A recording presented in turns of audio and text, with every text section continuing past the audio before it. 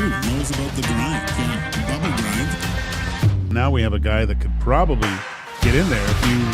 It's game day. The Edmonton Oilers hit the road once again.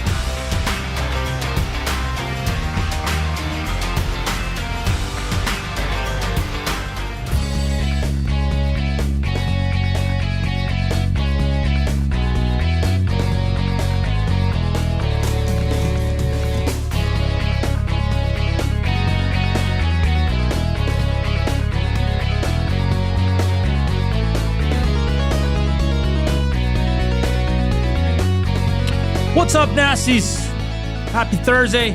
Hey, it's beautiful outside. No wind. It's just hot. I love it. I absolutely love it. Welcome to EST Afternoons here live from the William Huff Studios here in the west side of the city. Edmonton Sports Talk presented by Play Alberta. Zach Kubish, Joaquin, Gage, Hernan, Salas here with you. Fun little two guys you guys had with your nerd talk. No, I'm just kidding. No, you're not.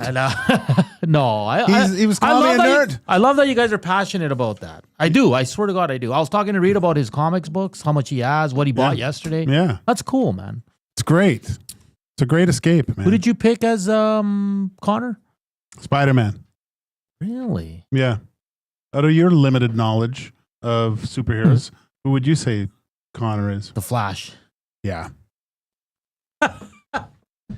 Why Spider-Man? So it's the Flash is an easy one. Yeah, I think, I know, right? Because of the speed and things. But for basic people like me. No, but when you read the Flash, he gets himself in trouble with the Speed Force. So, and maybe it is a good comparison. Yeah, but I just thought Spider-Man just does amazing things, right? The way he can contort and jump around and. I just thought that it was a better comparison to Spider-Man because Connor's seems like a good guy too. Yeah, not so good. Who did Connor? Who did Reed pick for Connor? You remember? Quicksilver, who is also a speed guy. Max Bezuzu says Hernan is bullseye because of all the darts. Is that accurate? Is that accurate? Well, you get to season 3 of Daredevil and let me know. Okay. C-Run and Rip City Step want me to do the Oilers lineup, but with the outsiders. Well, they're all the same, man. Yeah, I know. They're all tough guys. They're all greasers. They're all Evan Bouchard, the butcher, man. Well, except for Ponyboy. Ponyboy was he was more of a love bug than. Yeah, he was Lois Lane. Johnny was, for being the young guy of the group, Johnny had the cojones. So. I don't know what you're talking about here. So you haven't watched? Yeah, but it's been years. Think I'd have to go back to grade 6 when I did the book report for that thing. It's been a while then, eh? Hey, are you upset that Connor and Leon played a beer league game yesterday and lost 6-2? Well, let's break it down. Where are the goals going to come from? Well, you know who they need? Ike Howard. Ike Howard. Where's Ike? Get Ike on their line. My gosh. You know they were giving about 15% yesterday. Yeah, but they were -6. But what an experience for those guys, eh? Oh my gosh. The two best players on the planet show up to your beer league game. I mean, it's probably better for the team that beat them. They feel great. But I would be like, I would be scared. Like even when I remember this is years ago, but during kind of one of our alumni skates after practice, it was at the end of the year, and we had one more skate because the Oilers were already done. Right? We had the ice for a couple more times, and Alish came out, because he was going to World Championships, so he wanted to get on the ice. And I remember he was dipsy and diving all over the place. And he came down on a few breakaways, but I was so scared that if I moved too quick or followed him, I'd catch a skate or something. Yeah, hurt him. So I just, not that I didn't try, and most likely he would have put me in the corner anyway, but I made sure there was no contact when he came down. I'm sure the Oilers management is not too thrilled, but C-Run says it didn't help his contract talk. He's minus 1 million now. He's minus 1 million for that effort. Bowman, make sure that's in the next deal. Yeah, no doubt about it. But hey, good to see those boys. Hey, We're going to get to our ESPYs pick. We'll get to one. Leon Draisaitl won Best NHL Player. I know. How crazy is that? That's crazy. Okay, we won't get into It's not crazy. No, it's not crazy, but it's good. Just goes to show you, who are we? Was I talking to Dusty about this? Yeah. The why there's no the next generation of goaltenders, the great goaltenders. There just doesn't seem to be one. Yeah. And I think goaltending, aside from me, has become less sexy. Oh, really? Well, for kids, yeah. Really? Remember when you played ball hockey as a kid? Street hockey. You always wanted to be the goalie. I wanted to be you wanted to be the goalie. You were Patrick Waugh. You were Curtis Joseph. You were Joaquin Gage. I was Peter Sidorkiewicz. Oh, whatever. And and you made the big, huge windmill glove saves. When do you see a windmill glove save anymore? You don't even see it. It's true. A pad stack, something like that, right, Coop? I'm missing that flair, man. Like, I don't know. It's all so technical now. You just get into the position. Be out of position sometimes, right? Make things exciting. Well, make goaltenders great again. There we go. Like, I'm trying to think of who is the most like. There's great goalies, but who was the most fun to watch as a goaltender over the last couple of years? Who would you say? I'm putting you on the spot there, but I already had a goalie in mind. See if we're matching. Oh, who's fun to watch and flamboyant, has a personality. You can see it. Bennington for me. That's one, right? I like Vasilevsky because he's so technical, but he's technically beautiful, right? Like it's beautiful. It's like an art form. He looks like he's dancing.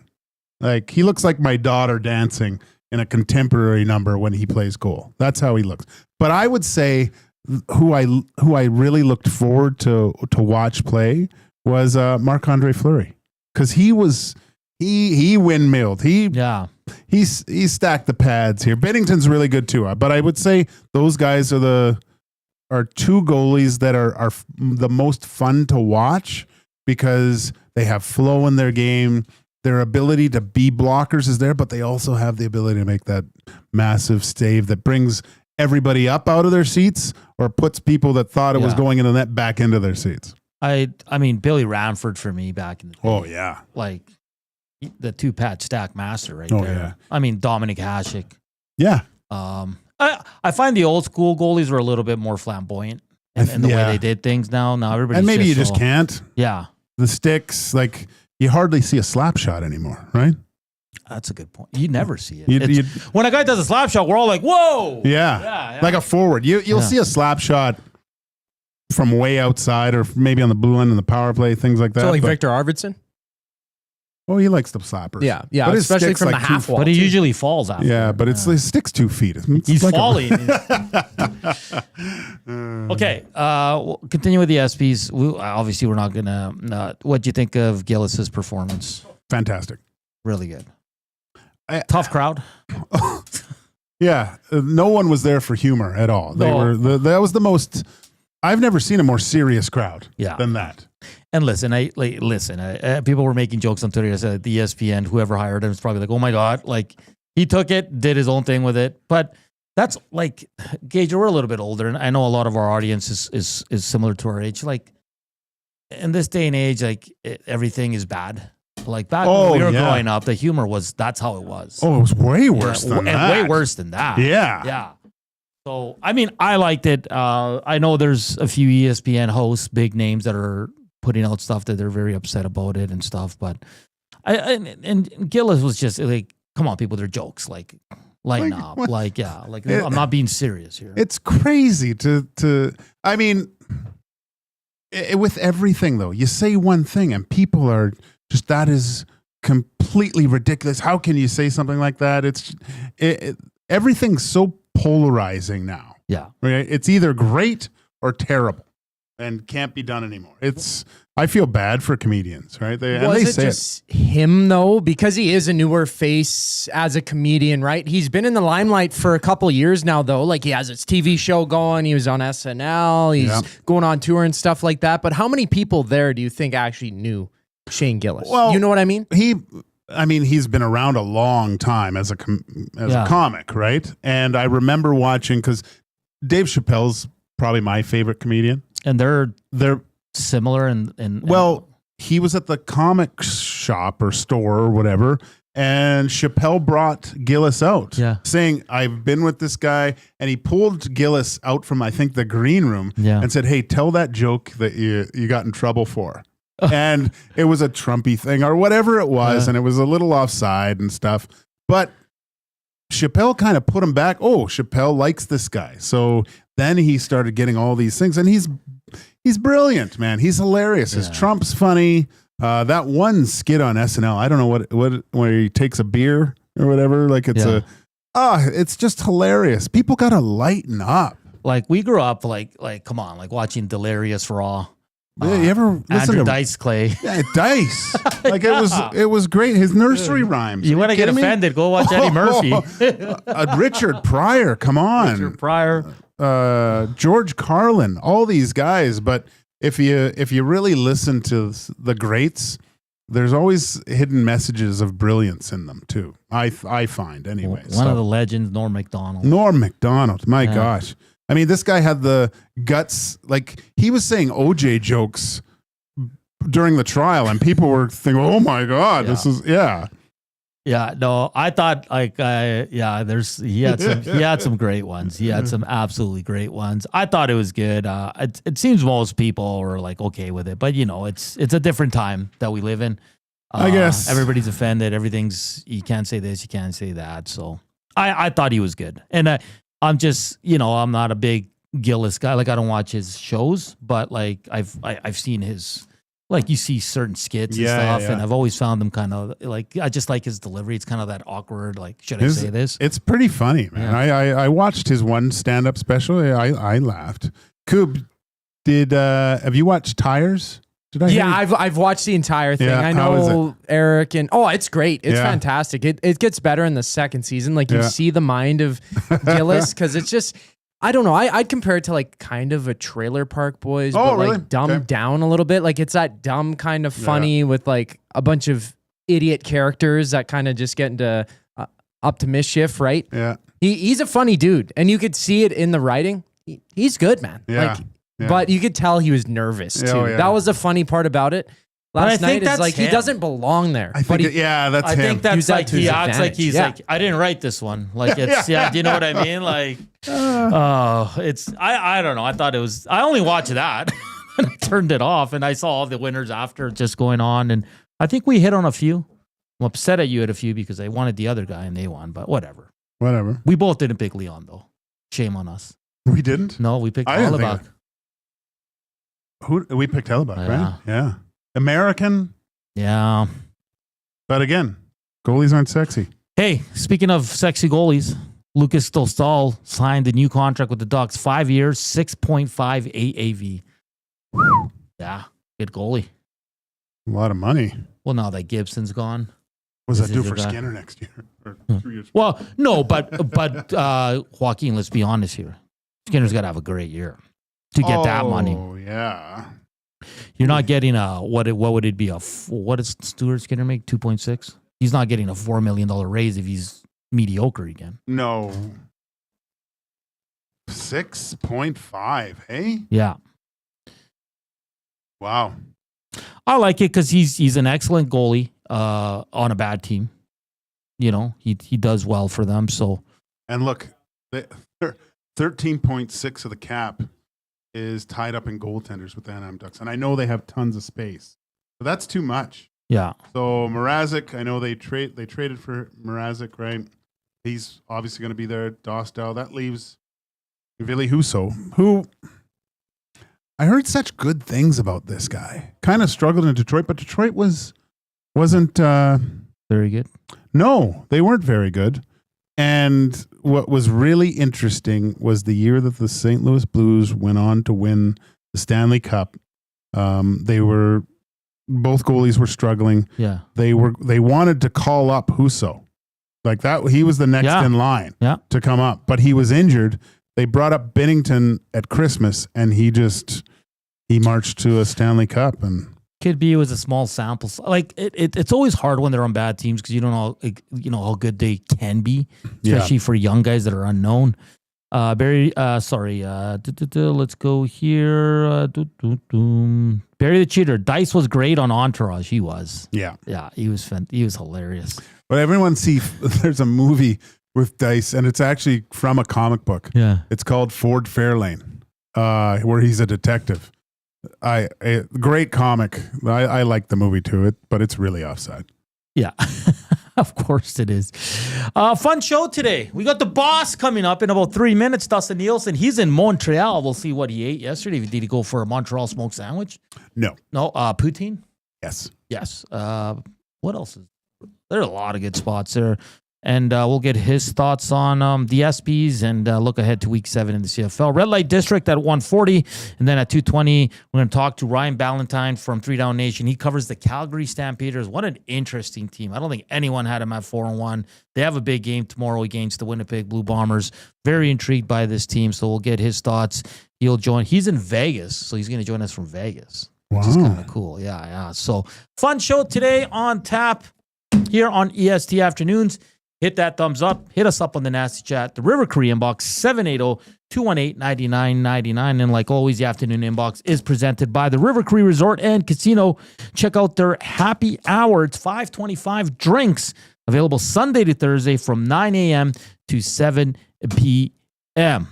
We're going to take a break. Lots to get to. We'll get to some, obviously some CFL news. We'll talk about some NFL news as well. Caitlin Clark is out for the All-Star weekend, which is unfortunate. And then I want to get to our guy, Danny Austin, who's a post-media guy out in Calgary. He's joined us a bunch of times. He had an interesting take on Sean Lemon, and I want to get to that as well. But up next, the boss man here at EST, Dustin Nielson, joins us live from Montreal. We're back after the break. Here's Coop Sports Update.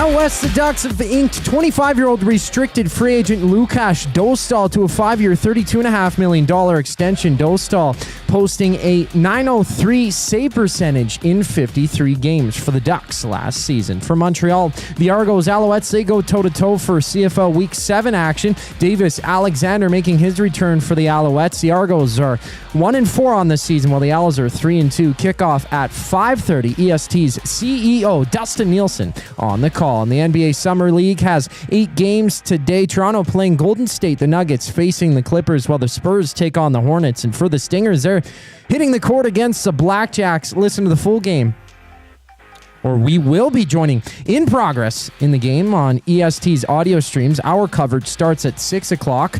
And on the links, it's the Open Championship 5-way tie at 4 under. And 4 golfers tied for first have played 18 holes during round 1 with American Herish English 4 under with 14 holes played.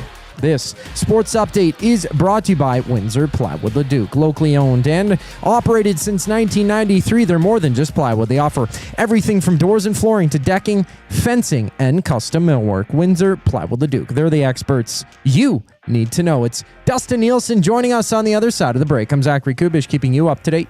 The Nielson Show with Lieutenant Eric. The commissioner of the Canadian Football League, Stuart Johnson. One of the surprises, or one of the a newness for me, tailgating varied from market to market, but certainly was a focus of each market. When I walked around in Edmonton and got a taste of, by taste, I mean the literal taste of that. I don't know if I've eaten that much meat that quickly in my life. The Nielson Show with Lieutenant Eric, presented by Southport Chevrolet. Weekday mornings 6 to 9, only on Edmonton Sports Talk, your clear choice for Edmonton sports.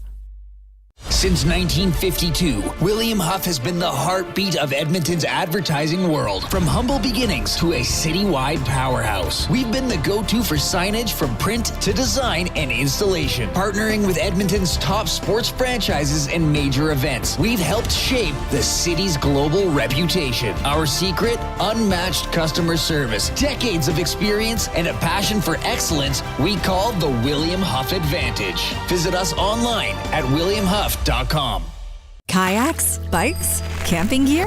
Make space for summer fun with Sentinel Storage. Spend more time on adventures with your outdoor gear and less time looking for them. Sentinel Storage. Try 4 weeks free at sentinelstorage.ca. The Canadian Brewhouse is turning up the flavor this summer with our new summer feature menu. Try our jerk chicken skewers, Cajun shrimp tostadas, and street corn salsa. Bold bites made for patio season. Get them while it's hot. The Canadian Brewhouse. Our house is your house.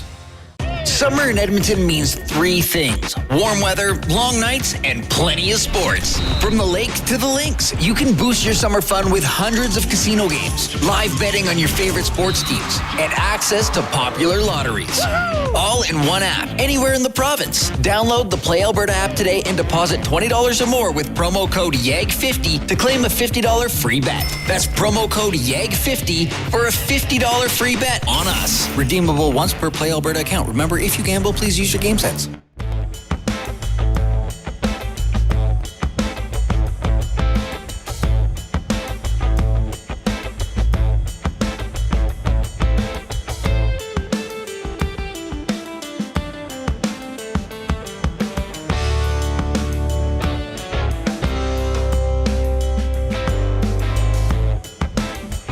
.121, welcome back to EST Afternoons here on Edmonton Sports Talk. Of course, Edmonton Sports Talk brought to you by Play Alberta. Why limit your choices when you can have it all? Play Alberta is your go-to app for casino games, sports betting, and lottery all in one place. With easy access to real money games, you can enjoy everything Alberta has to offer right at your fingertips. Download Play Alberta now and start playing today. Just ahead of Dustin Nielson, who's in Montreal to cover the Als and Argos tonight. And I think he's in BC after that. Or BC Saskatchewan. It's going to be a hell of a game. Keep slamming that thumbs up. Hit us up on the River Korean box 780-218-9999 and on the Nats chat. And we're good to go with the boss man, Dustin Nielson. Dusty, how's Montreal? Hey, bonjour. Comment t'appelles-tu? Je m'appelle Dustin.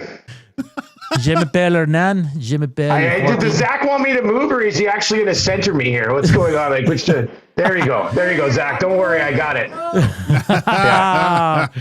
I don't know if he was working on it or not, but you're good now, Dusty. Hey, Dusty, what you grab a Montreal smoked sandwich yet, or a poutine? Actually, you know what? Last night we went for dinner in the hotel here, just at the bar, the Westin, and one of the guys I was with was like, you got to have this smoked meat poutine. And I was just like, okay. And I was just like, we'll see. And my God, boys, like it was delicious to the point where I would describe myself as a fast eater, but I savored this thing. Like it was that good. And then for lunch today, I went back down there and I had a club sandwich.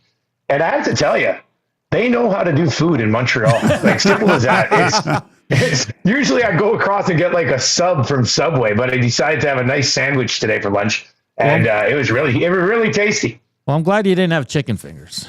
Let's just say that. Yeah, not yet. We'll see what happens tonight. We'll see what happens tonight. Hey, quickly, ESPYs, Leon Draisaitl, best NHL player, and your thoughts on that? And did you like Gillis' performance? To be honest with you, I didn't even know that Draisaitl had won it till Onrait show later on in the day. Like I like last night at midnight, I was watching it out here.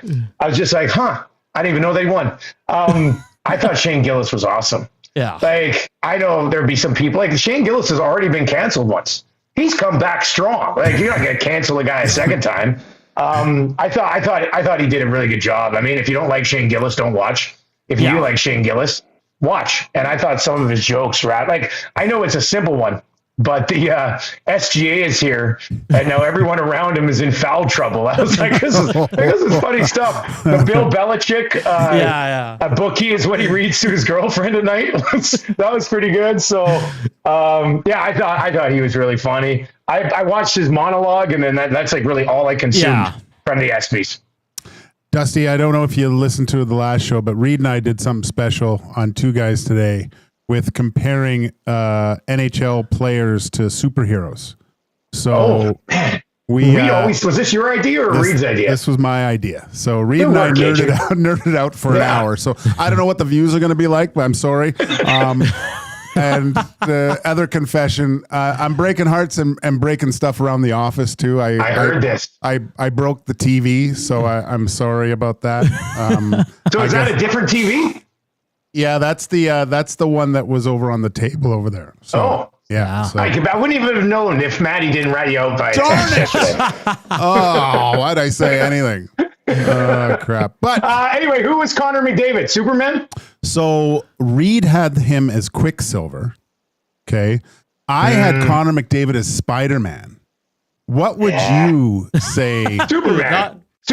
Superman moves as fast as a speeding bullet. I mean, I think it kind of has to be to make McDavid the Silver Surfer. No, it's Quicksilver. Quicksilver. Okay, so where does Quicksilver rank? He's like the Flash, right? Exactly. They're down here. Okay. I mean, Superman is upper echelon, top 3 superhero of all time. That's where I think Connor McDavid probably has to be. So I'm sure it was a great show, but Connor McDavid would have been Superman for me. Okay. All right. And which, by the way, I haven't watched Superman yet. I'm going to plan to go in Vancouver tomorrow, but I did watch Man of Steel last night. Okay. And it was good. It was good. I hope the new one's better, but it was good again. That was the second time I watched it. Nice. I'm getting my buddy to see it too. Here, he'll go see it. I'm gonna go see it. Yeah. Dusty of Balgoni. Is he in your CFL? He's in our Cavis Reed Fantasy Football League of Adult Things. He's been unloading players for draft picks. He just said, Dusty, a blockbuster of a trade is sitting in your inbox. Oh no! Tell him I saw it, and I saw the trade. And Samuel Emelis is on the no trade list from my side. So I might consider Sneed if he wants Sneed, but there's no way I'm moving Emelis for that package that he offered. There you have it, Justin of Balgoni, live on the air. Hey, quickly before we get to the CFL, Dusty, Lukas Dostal, 5-year deal, 6.5 AAV. Your thoughts on the deal? You think it's a little high? I mean, I think it's a little bit high. Okay. But I mean, goalies are starting to get paid a little bit. I mean, I would have not, if we're talking about it before, free agency here, what's the ticket number going to be on him? I probably wouldn't have had it that high. Can you imagine? Can you imagine the conversations we'll have to have when Skinner's contract is up? Yeah. Well, that's what we brought up. We just said. Yeah, like he gets 6.5. People don't. There's some people that don't think he should be in the league. Can you imagine if he gets 5.5, 6 mil? People are going to lose their minds. What do you guys say the number would be? 5.5? 5? I think it depends on the season he has. Well, definitely. I think if he's like last year, kind of up and down, Dusty, I don't think he gets a $4 million raise.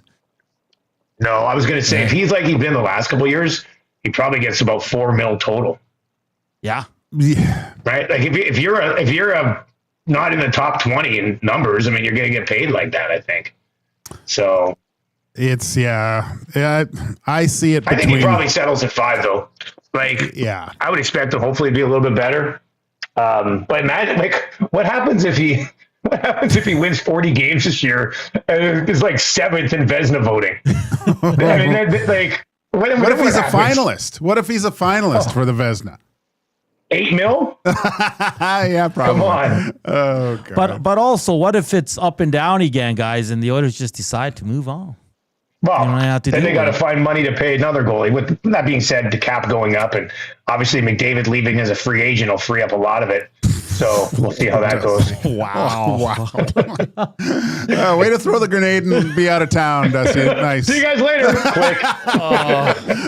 I just want him to sign as quick as possible. I'm so tired of these takes that he might not sign. And listen. No way, buddy. Milk this for 2 months. Let's milk.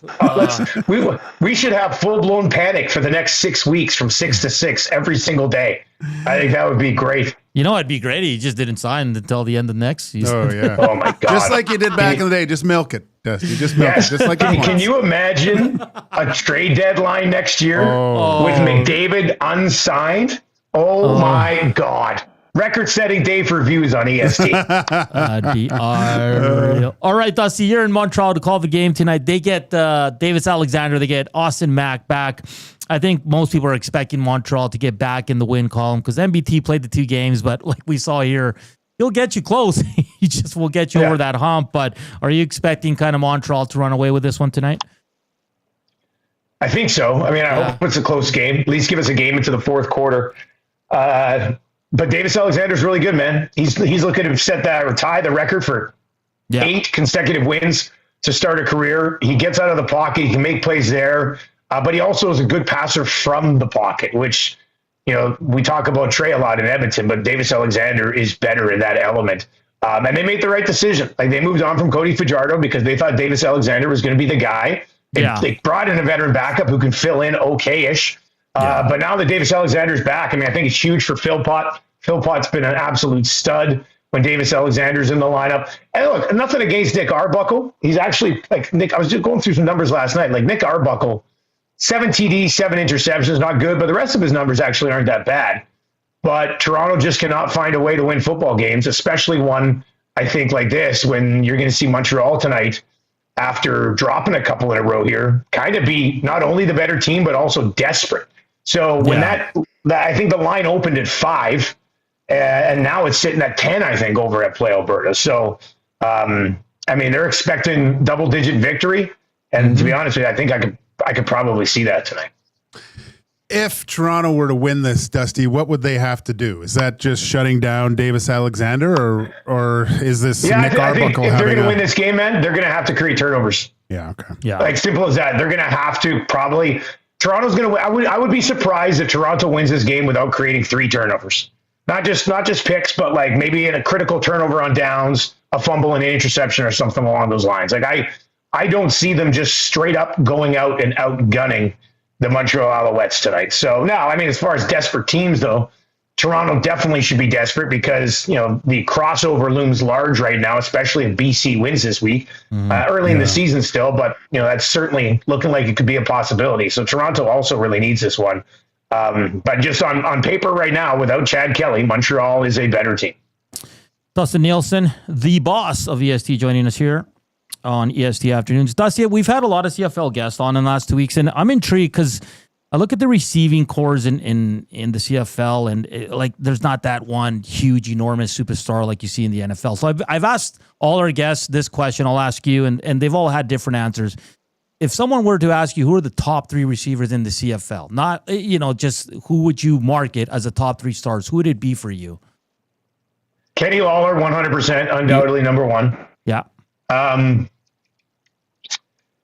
He's a good question, man. Like, I love both Hatcher and McInnes in BC. Hatcher's been targeted a ton this year with Nathan Rourke back there. I would probably still put Geno Lewis in that group. Wow. I think I probably still would. I mean, he's among league leaders in receiving yards again right now. Yeah. And I love Philpott in Montreal, man. That he's a phenomenal talent as well. So Cokesey's good. Nick Dembski's having a really good season so far. If Amelis would have been healthy all season, I think we'd probably be putting Amelis in that mix. Reggie Begelton, if healthy, probably would have been in the top 3 right off the bat with my answer here. So I would go Kenny Lawler, number 1. I would go Geno, and then I would probably go one of McInnes or Hatcher. You can pick whoever in BC. Whoever Nathan Rourke decides that day is going to be the guy, then I would go with whoever that guy is. Probably have to be Hatcher now. He's second in the league right now. I think he's tied with Geno Lewis in targets, but he's second in receiving yards. And then, but let me be clear, Kenny. Yeah.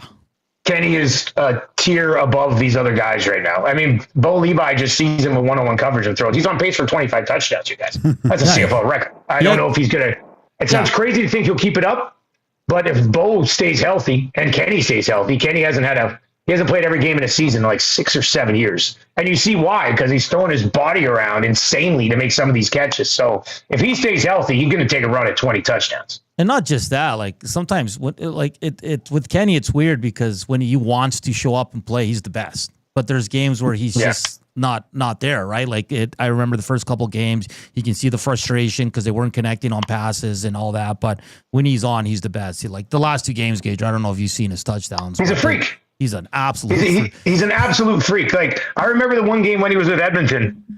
or it was in Edmonton. Maybe he was with Winnipeg. He was with Winnipeg. Yeah. It was the game Drew Brown came in for an injured Zach Collaros, wasn't it? Yes. Was that game? Yes. And Brown threw one, and Lawler, like at the back of the end zone, one-handed it, and it was just that was insane. It was ridiculous stuff. So he is a freak. He's as close to we have in the league that I would describe as a freak. Will, just looking at some hedging my bets, what are the chances Philpott gets a touchdown tonight, Dusty? I would actually say pretty darn good. Okay, good. Yeah. Just checking. I should reach out to Alberta folks and get something up for the game tonight, because I could see a Philpott touchdown tonight for sure. Yeah. That Kevin Mittal on Toronto, he was a top 10 pick a couple years ago. I was going through some of the stats last night. This guy, I think, has caught 27 of the 29 passes in his direction so far this year. He's caught it like a 93% clip, which for like a guy, anybody who's caught minimum 10 passes, he's got to be number one in the league. So I think that'd be a sneaky play as well. A Mittal TD tonight. Toronto's going to score a little bit, and I don't mind that option. Dusty, you're off to BC after tonight's game? Yeah, tomorrow. It's going the other way. It's great because I leave here at 1. It's a long flight, but I get into Vancouver and it's only like 3:30 in the afternoon, 4 in the afternoon because of the time change. So I'll still get most of the day in Vancouver, be able to hit up that movie and then do some prep. And that game, I mean, the West this week is awesome. I was just listening to Hustlers podcast, CFL 110 with him in Hamilton.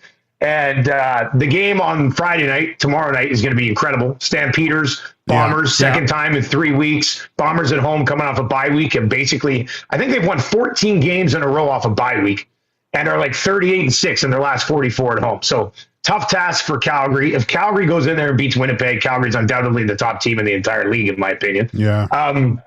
But there's a scenario here where, and I think BC's going to, if you want to call it an upset, I think BC's going to beat the Riders on Saturday. So if Winnipeg and BC win, boys, that's 4 teams with 4 wins in the West, which is awesome at this point of the season.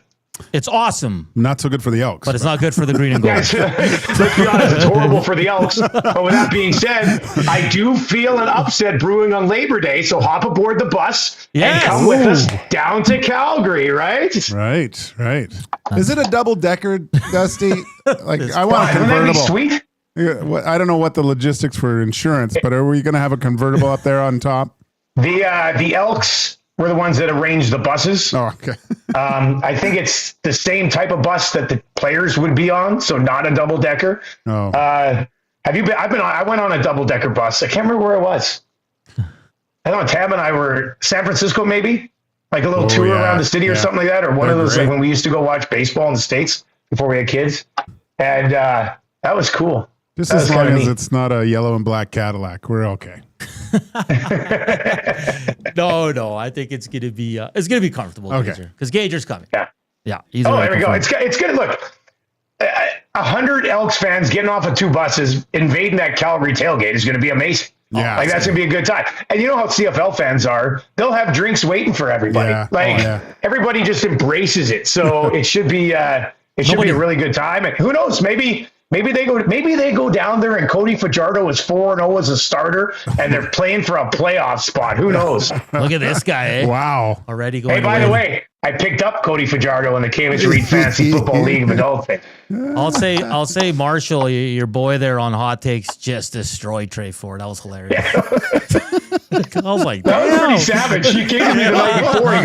He goes, Daddy, I'm gonna say Trey Ford should go back to college. I was like, damn, son, that's pretty vicious. I don't think it's that bad, but it's been a little bit of a slow start for the team overall. Oh, that's too funny. Hey, it's Dusty live from Lou Dort's hometown. Dusty, have a great call tonight, buddy. All the best, and then we'll see you tonight, and we'll see you Saturday in BC. Man, it's sweaty here, boys. It's like muggy. Today, I got off the plane yesterday. I had my Play Alberta hoodie on. People were looking at me like I came from a different planet. It was unbelievable. Like it was so warm here. So I'll be sweaty in the booth tonight. There'll be some shine on the forehead when we go on camera. But great. It should be a pretty good one. All right, buddy. Have a good one, man. Yep, see you, boys. All right, that's the boss. The Nielson Show. The Lock Shop. Oil Stream. 2 guys and a goalie. Does a lot. CFL The voice of the CFL. The voice of the CFL. Well, one of the voices, TSN. but he's a big voice of the He's CFL. Great. I hope there's like a crazy play today so he can lose his marbles. I just hope it's a fantastic game. Yeah. But I don't think it is. We'll see. Who knows? Yeah. Hey, you know what's coming up next, Joaquin? No, I have no idea. Your favorite segment of the week, Red Light District. But first portion of this hour brought to you by the Canadian Brew House. Cajun shrimp tostadas, blackened chicken bowl, and a Corona sunrise that hits harder than your morning alarm. The Canadian Brew House has dropped their new summer feature menu, bold, fresh, and ready for patio season. The Canadian Brew House, our house is your house. Keep the messages coming in to the River Korean Box 780-218-9999. Hit us up on the Nasty Chat and slam that thumbs up. Up next, it's Joaquin Gage and the Red Light District. Here's Coop, Sports Update.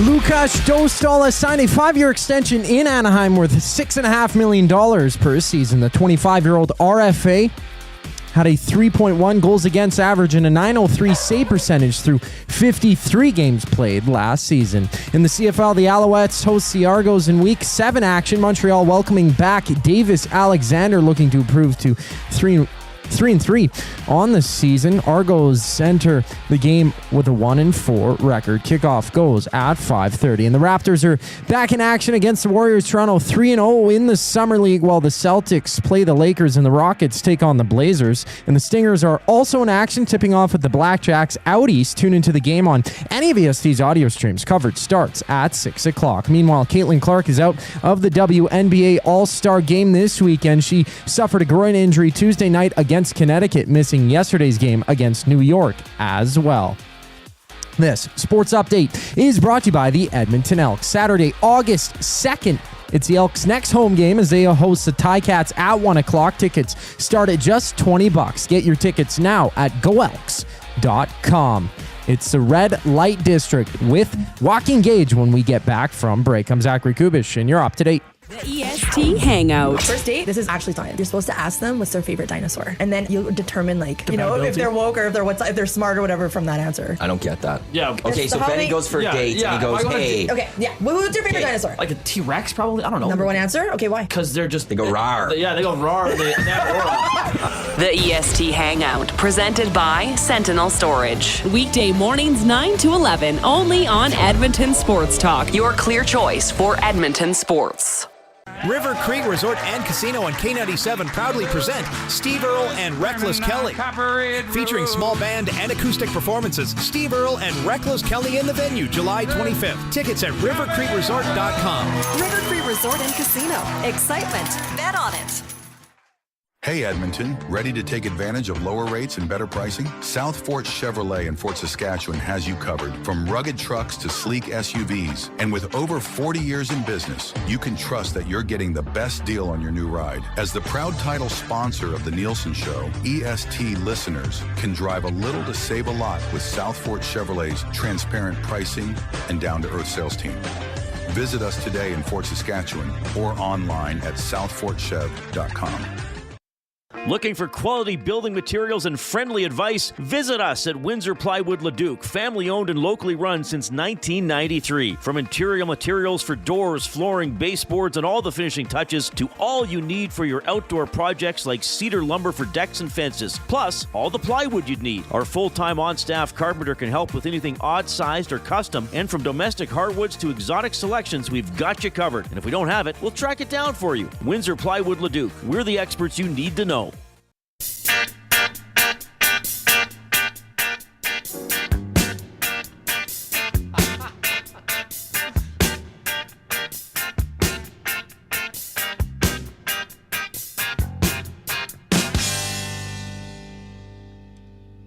Joaquin. You don't have to put on the red light. Those days are over. You don't have to sell your body to the night. Joaquin. You don't have to wear that dress tonight. Walk the streets for money.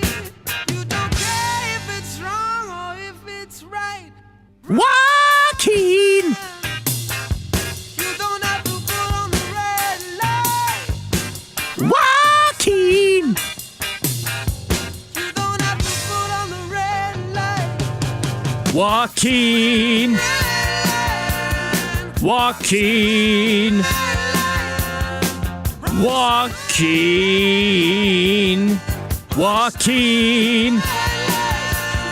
Joaquin. Joaquin. 1:45. Welcome back to EST Afternoons here on Edmonton Sports Talk. Hey, you know whose birthday it is today, Joaquin? Brad Pitt. No. No. Uncle Freddy. Is it? Yeah. Oh, text. He's probably knee deep in China Whites. He turns 50. Today he turns 50? He's young, eh? Yeah. Yeah. Yeah. I guess. How old are you? On the wrong side of 40, my friend. 30? Wrong side of 40. That's the wrong side of 40. 30. What do you think he's up to tonight? I'm sure that he and Shona have an extravagant night of knitting, developing new Elks hats for each other, and probably golfing with the children, Slurpees, and like I said, China Whites.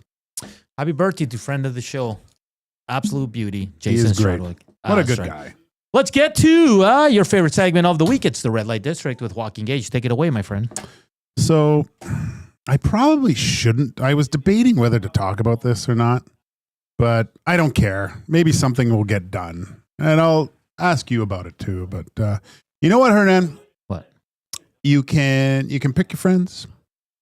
You can pick your nose. But you know what you can't pick? Your neighbors. Oh. And my neighbors, I have good neighbors. Like on the left or the right of me, they're fine, right? But the ones down the block are a train wreck. Okay.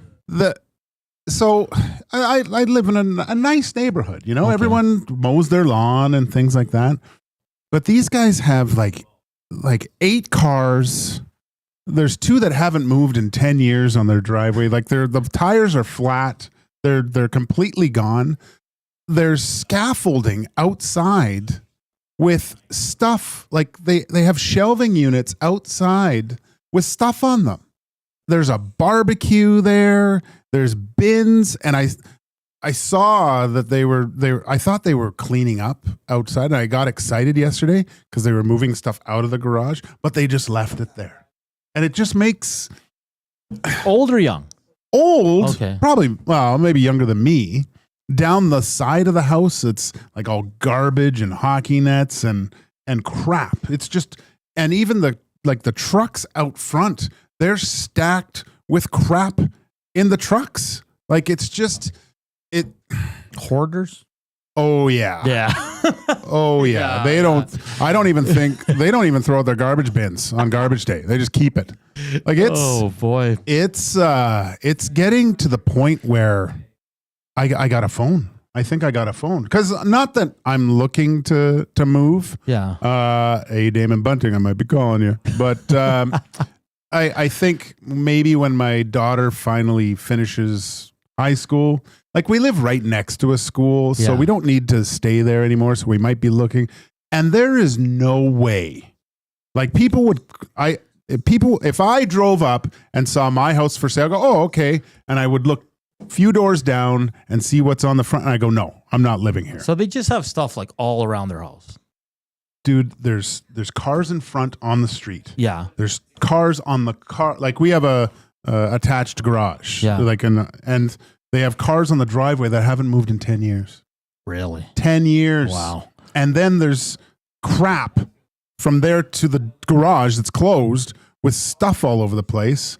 And there's tires. I don't know where he gets all these tires. There's tires everywhere. There was tires on the front lawn today. I'm sure you're not. Because they're not your direct neighbor. They're across from you. I'm sure you're not the only one that feels that way on your block. I don't know. Do you get a petition? Like, do you phone this? I don't because you can't tell me that those cars are insured, right?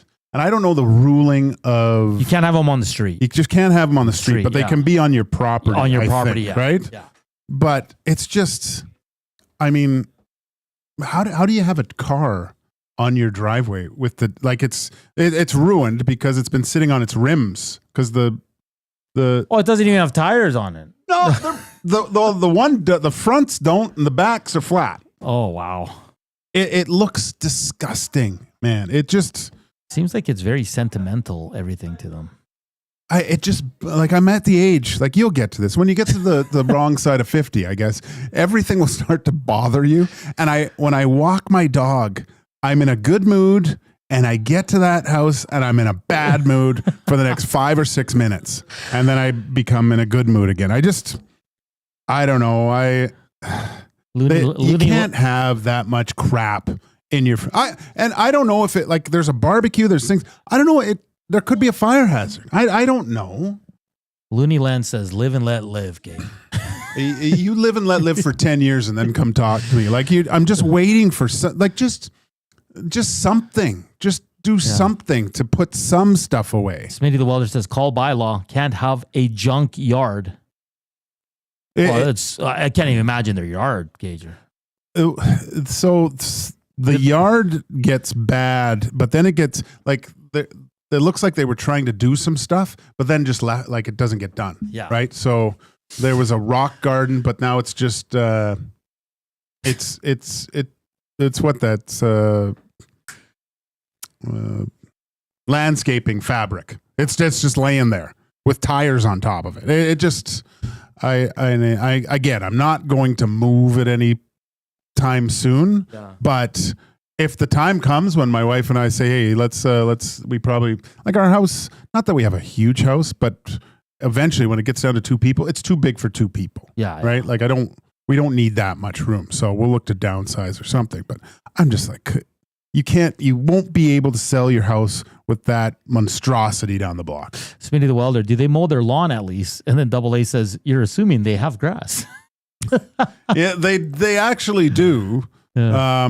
But I don't know. My other neighbor might be doing it for them just to make it look half decent. Big Hugh says, leave them a letter in the mailbox, but every word is letters from different magazines. Well, we have those box. We have those tape it on their door. Oh yeah. It's. I'd be scared to go to the front door. Tell you the truth. You got to put pressure on them if you want those tires moves. It's just bizarre that they have 2 cars that have never moved in 10 years. Like if you have a car, that you maybe like I thought maybe he's working on it, right? Maybe he's doing that because my other neighbor, their kid's great. He's like a mechanic. He's got stuff and he's working on his car all the time. It's awesome, but I'm just like, how do you leave them just sitting there? Get rid of them. Cash for Cars. Isn't that a company? Yes. They'll pick it up for you, They'll come and grab it. And they'll give you whatever, man. I'm just, oh my God. Rip City Step says, just pretend it's an art installation. Dude, there's you can't even say that. Like, because it was so frustrating. You should have seen the look on my wife's face today because she gets me fired up, but I kind of get her fired up because I went out to put the garbage out this morning and I saw that they left like everything that they moved out of the garage yesterday was still all out there. And my wife went to go to work and she was so mad. I go, hey, look at the neighbors. And then so she went nuts. Party at Gager's house once they're moving out. Yeah, an EST shaker. I like it. See, and my other neighbors are great. Like it's awesome. We don't, not that we hang out much, but you guys complain about the one neighbor? No, we've never kind of said like it's tough with neighbors. Like I don't want. Yeah. I really don't want real close relationships with them because if something goes wrong, then you're always coming out looking at your neighbor. You know, but you want to be kind of like know them enough where you're like, hey, we're having people over. If we're too loud, just come knock or give me a call. No. Not even that, eh? No, I don't. Okay. I mean, if you're partying every single weekend and through the week, then I'm. But if someone is partying and it's loud and obnoxious, I let them buck. You know, have at her. Go till 5 a.m. Just it doesn't have to be a weekly thing. You know, I'm okay. And weekends, go full bore. I don't. You want to have fun. I'm all for it. Right? I can put earplugs in or whatever. Right? I don't have young kids either. Scotty Notes says, is it a cul-de-sac? What you're describing would be much worse in that type of street setup. You're just trying to find out where I live, huh? A lot of cul-de-sacs in Edmonton. Yeah. Let's see here.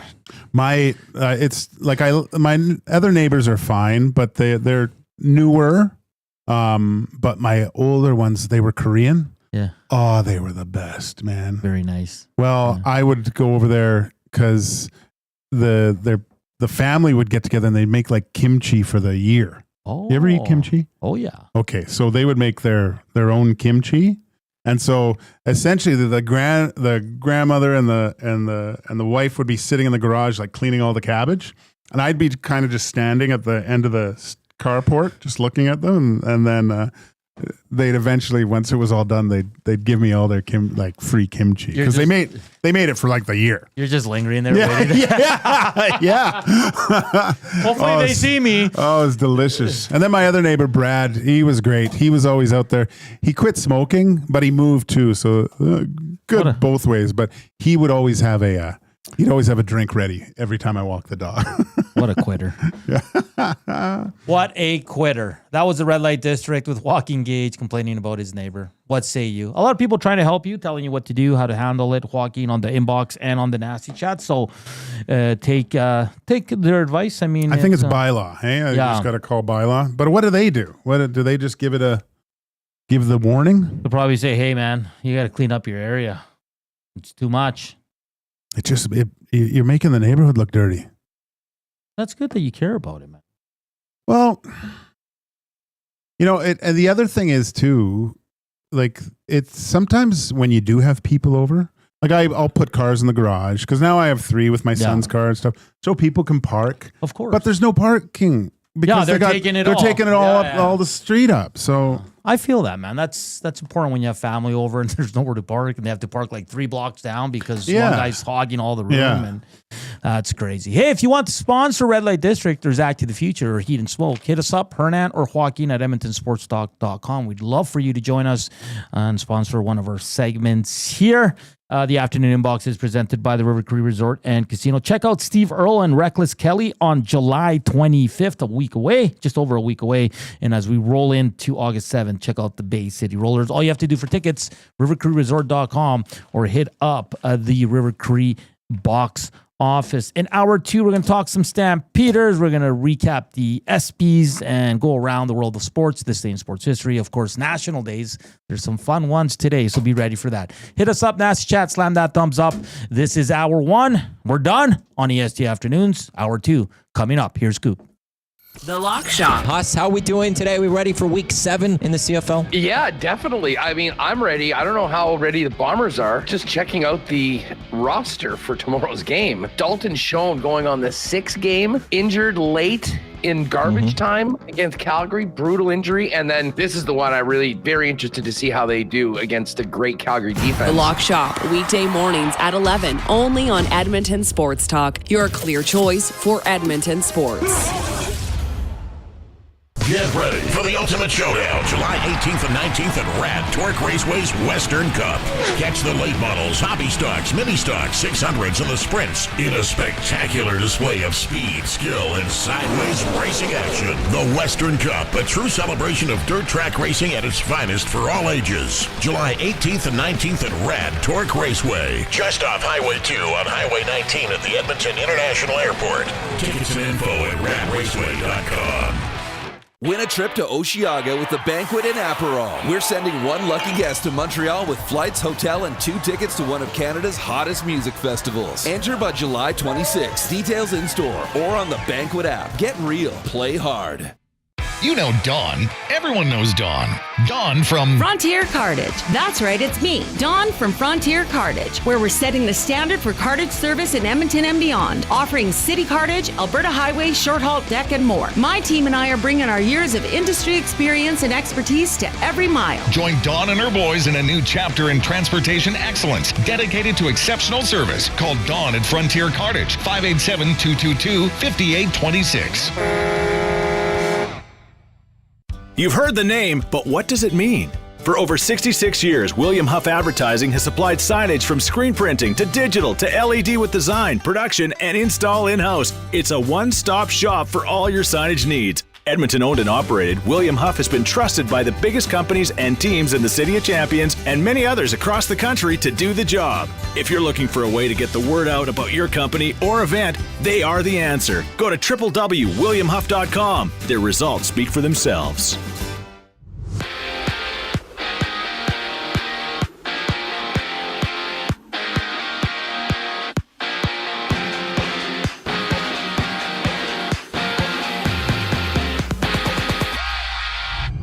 Another day, another deal in the NHL. Lukas Dostal inking a $32.5 million extension over 5 seasons with the Ducks. The 25-year-old Czech-in played 53 games last season, posting a .903 save percentage, having over 3 goals against on average. In Montreal, the Owls play the Argos 5:30 kickoff. Davis Alexander makes it back to Montreal's lineup after being out since week 3 with a hamstring injury. And Nick Arbuckle starts for the Argos. Meanwhile, NBA Summer League action continues in just a moment. The Pistons taking on the Heat later. Toronto plays Golden State, looking to improve to 4-0 before the Nuggets and Clippers tip off. WNBA news sees Indiana star Caitlin Clark ruled out of this weekend's All-Star game. She went down with a groin injury Tuesday against Connecticut, missing play in New York last night. Elsewhere, in Ottawa, it's the Stingers and Blackjacks going at it. Catch the game on any of EST's audio streams. Tune in with game coverage going live at 6 o'clock. I'm Zachary Kubish. That was your sports update. The second hour of EST Afternoon starts right now.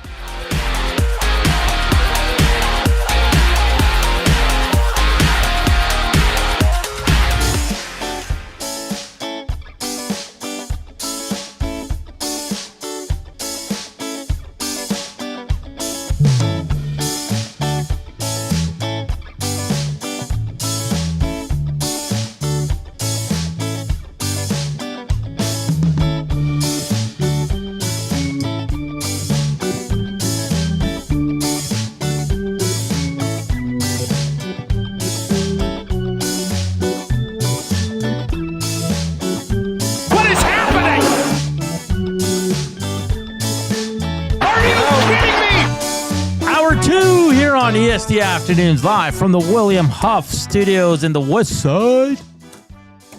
It's Joaquin, Gage, Zach Kubish, Hernan, Salas with you. Ryan Ballantine from 3 Down Nation will join us at 2:20. Talk some Stamps. It's always, growing up, like the Stamps are always top of the West. It was nice to see them at the bottom for a few years, but it looks like they're back, baby, and they have a big game. Hit us up, River Korean Bucks, 780-218-9999. Text us, nasty chat as well. Slam that thumbs up for us. Let's try to get to 100. It's been a while. We understand. Summer. People are out there enjoying these short summers we've had. Very windy summer. But today is actually a very, very nice day. What are you guys eating? I almost choked on a gummy bear. That's why it took me a while to get going here. And I was crunching on pretzels, so that would have been nice to come back to. Am I hypnotizing people with this shirt? I feel like I'm. Yeah, it's kind of. Maybe if my neighbor was watching, clean up your front lawn. Get rid of your cars. Get rid of your cars. That's too funny. Let's get to it, Joaquin. Yesterday we did some ESPYs picks. Of course, we picked Connor Hellebuck, so we'll give that one an X. Because it was Mr. Leon Draisaitl. That's amazing. It is amazing. Best male athlete. We nailed it. SGA. Too bad Leon was losing in men's league. He could have been there. Yeah. That goes to show you the commitment that these guys have to winning. They're playing a beer league game and then being at the ESPYs. Yeah. Yeah. Let's get to inside the numbers for Play Alberta. We'll recap the ESPYs, our picks as well. Of course, inside the numbers brought to you by Play Alberta. All you got to do is go to EST Casino. That's the promo code, or EST Sports. Just, you got to what? Reload. I'm reloaded. That's all you got to do to get, with the $20 minimum bet, you get a $50 free cash there. So you can use EST Casino or EST Sports. Just reload them up for the month of July. Okay, so SGA, we got that one. Top female athlete, Simone Biles, we got that one. We did? Yeah. Best breakthrough athlete. We got that. Is it Iona? Iona Meyer. Yeah, we got. She won. Yeah, perfect. Ovi won. Ovi won. We didn't pick a comeback player, did we? I thought we did. Oh. It was Sunisa Lee. So. Who did we pick? We didn't pick anyone. Yeah, we did. I forget the nominees. That's right. Landeskog and yeah. Who was the other one? We picked the other one. Yeah, we didn't pick Lee, so we'll give an X. Yeah. Best play, Saquon Barkley. Was it? We picked. We picked Saquon. Yeah. Did jumping over backwards? Yeah. Yeah. Okay. Best team. Sorry, I gotta scroll down for this stuff. I think it was the Eagles. Yeah. It was the Eagles. We picked OKC. They shouldn't have won. Top college athlete. I think we took a flyer on that one, didn't we? Yeah. NFL Player of the Year is Saquon Barkley. We hit that one. MLB, we got wrong because I wanted to go Ohtani, but we went Freeman, and it was Ohtani. NHL, we already went through that. NBA is Shy. We got that one. Tennis. I'm intrigued by these ones. Was it Yannick? It was. Did they have the male and the females together in that one? I think so. It was Coco. Coco won. We picked Sabalenka. We kicked. Yeah. Golf. Oh, who is this? Oh, let's see. Who was golf? Was it Rory? Or was it Scotty? Scotty Scheffler. Okay, we got that right. one. Soccer. You picked this one. Yeah, I picked. They picked Christian Pulisic, the American. That's weird. We took Yamal. Mm. Boxing. We took Usyk. It was Katie Taylor. Because she had was Katie Taylor on the big fight recently? I don't know. Okay. I don't watch boxing. Okay. Sorry, Coop. Sorry so much for our combat sports analyst. Which is the driver? I'm pretty sure it was Verstappen. Where is he? Was it Verstappen? Yeah, it was Verstappen. And UFC, the one Coop picked for us, it was. We picked the guy with the Merab Dvalishvili is who I. That's who won. Picked. Okay. There we go. See, I'm right. I'm right about something. I'm right about something. You're back okay? as the expert. Okay. Are we back? We're back. Who's gonna? Do I really have any competition though? Like we got a formulated you play. Pretty much you know wrapped. what I mean? Max Bezozu, Pacquiao fights this weekend. What? Really? What? I thought he retired. Who does he fight? I don't know. Squattable boxing. That's weird. Probably Sugar Ray Leonard or something. Probably fights Katie Jake Taylor Paul. versus Serrano. That was the one on Netflix, right? He's just watching Gillis in there. Sugar Ray Leonard. He goes, 10 years. Jake Paul's going to want to fight you. Did he say that? These pretzels are making me thirsty. Did Leon do a video to thank for the award? Or they didn't air that one. Like that one wasn't a part of the show. Really? Yeah, it was Ovi's one was, and then he came on with the video. He's like, "Sorry, I am in Russia. I am prepping for next season. I cannot accept." Prepping. Okay, Rip City Step says, "Coobs, are you a chaotic dishwasher loader?" Yeah, well, like I don't think I've used a dishwasher in my life. They were talking about it on the morning show with J-Mo Wanek and YTT there, and Trev was like, "Yeah, I love loading dishes into the dishwasher." And I'm like, okay, man, you could have the job. Like nobody's, you could have it, man. But I don't know. I'd probably rinse them and put them in. I don't trust things unless I wash them. Are you a dishwasher guy? Mine's broken currently. So I am the dishwasher. But it's, I hated it. It's one of those things in a relationship that bug you about your spouse, I think, or all the other people that live in my dwelling. They never rinsed the dishes before they put it in. They just throw them in. They just throw them in. So they'll be coated with like egg yolk and sauce and stuff that turns into basically cement when you put it into the dishwasher. And I'm sitting there scrubbing all this crap off. So it's actually better this way. that they actually rinse their dishes. I just say, hey, I'll do them, but just rinse them. Yeah. Get the stuff off, and then I'll wash them. Yeah. The rinse move's the best part. Like, you don't want to get the clean water dirty, or you don't want to make it work more than it has to. And I know like dishwashers and things like that, now they're built. Oh, you don't have to rinse them even before.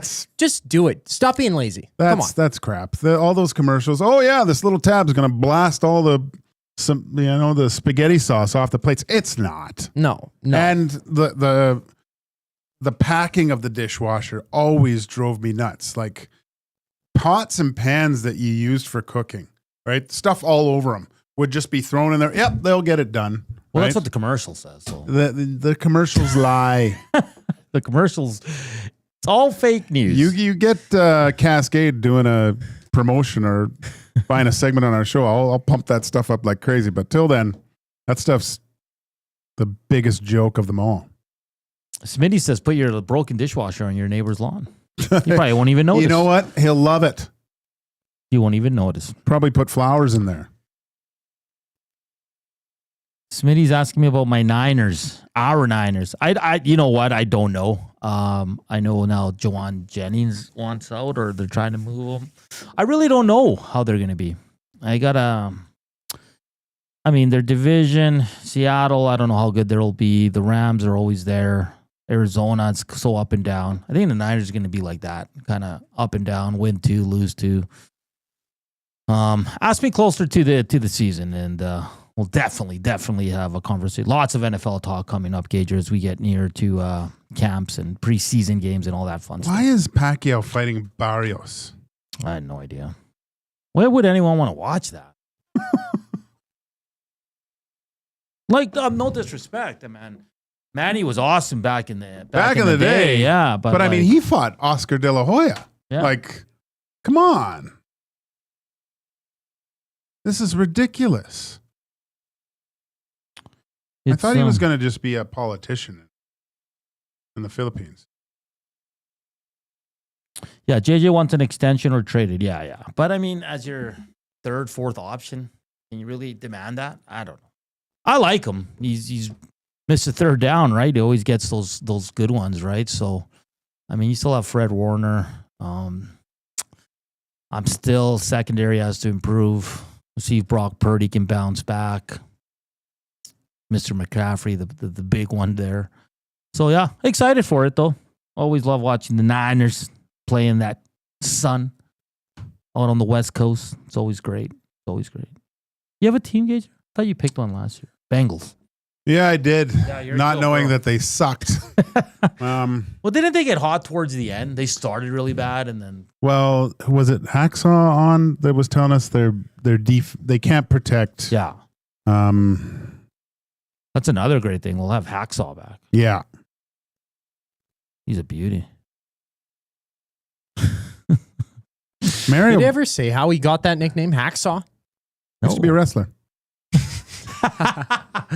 You'd give him that good old Hacksaw. It's a different guy. Watch.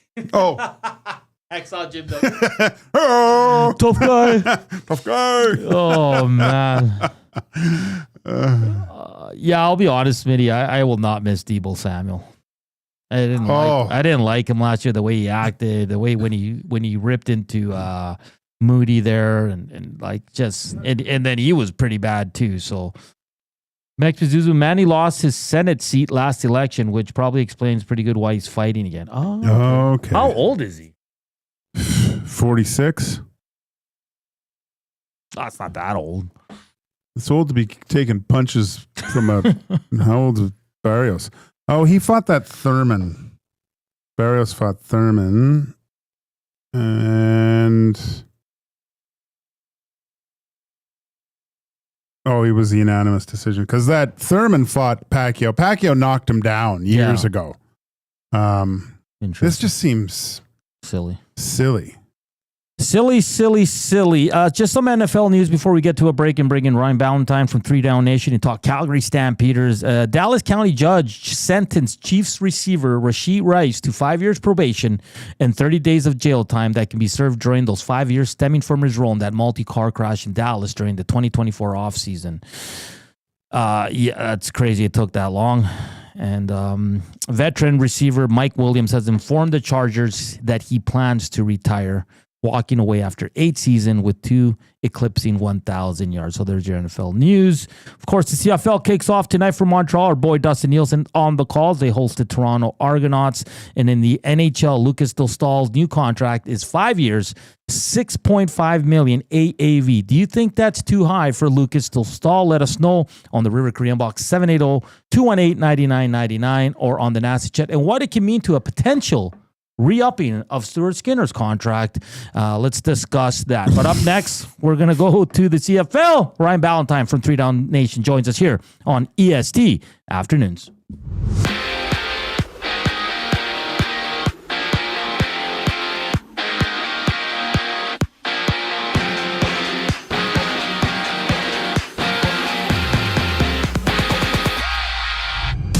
The Ducks have signed 25-year-old Lukas Dostal for 5 seasons worth an average salary of $6.5 million. Dostal appeared in 53 games last season with a save percentage of .903 and a 3.1 goals against average. On the field, the Argos and Alouettes go head-to-head to kick off Week 7 action. Nick Arbuckle gets a call for Toronto. Davis Alexander suiting up for Montreal in his first game since Week 3 against the Elks when he went down with a hamstring injury. In the NBA, Miami and Detroit are underway.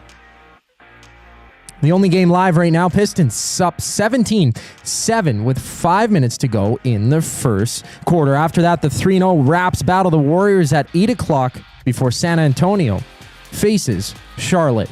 And the Stingers then tip off against the Blackjacks out east. We've got you covered on our audio streams when we air the game live starting at 6 o'clock. And for the Fever, Caitlin Clark missed last night's game against the Liberty. She has pulled out of the All-Star game this weekend due to a groin injury that she suffered against Connecticut on Tuesday. This sports update is brought to you by the Capital Care Foundation. Financial support deeply affects residents at Capital Care, whether it's a one-time donation or a monthly contribution. Every penny counts. Find out how you can donate at Capital Care Foundation.net. We preview Week 7 action in the CFL once we get back from break. I'm Zachary Kubish, and you're up to date. The Reed Wilkins Show with Jay Milne. Pleased to be joined by current CFL referee Justin McInnes. I've had tons of sleepless nights after a game because I know I messed something up. We beat ourselves up a lot. You know, the 46 officials that do the CFL right now, they're the top in Canada for a reason, and that's because they can look at a game that they just did and admit when they were wrong.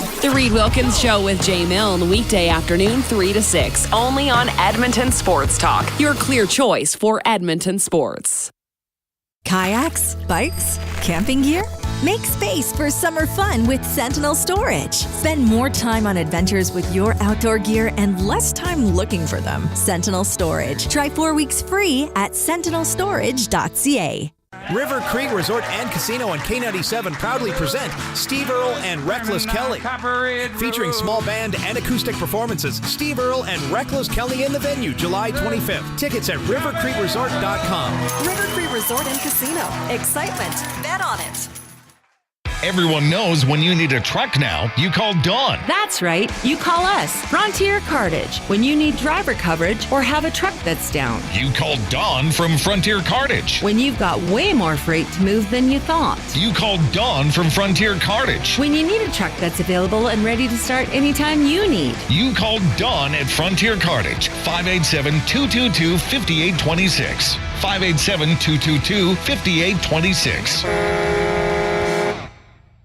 Got some gently used furniture or home goods that need a new home? Find Edmonton is here to help. Every month we furnish over 100 homes to those transitioning out of homelessness, and we need your gently used furniture and home goods. Drop off at 5120 122nd Street or call for free local pickup. Just visit findedmonton.com to learn how your donations can help create a home for someone in need. Plus shop our thrift store, in-store or online, with proceeds benefit those moving out of homelessness through housing supports. Visit us at findedmonton.com. Find Edmonton, supporting our community one home at a time.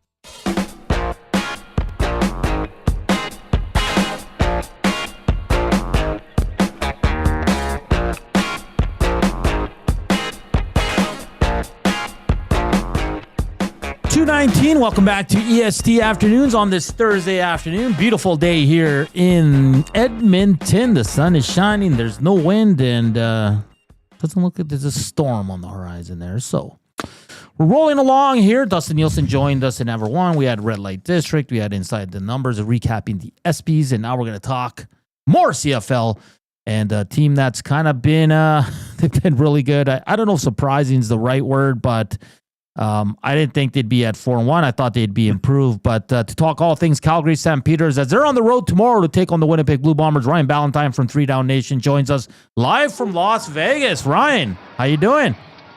I'm good, man. Thanks so much for having me.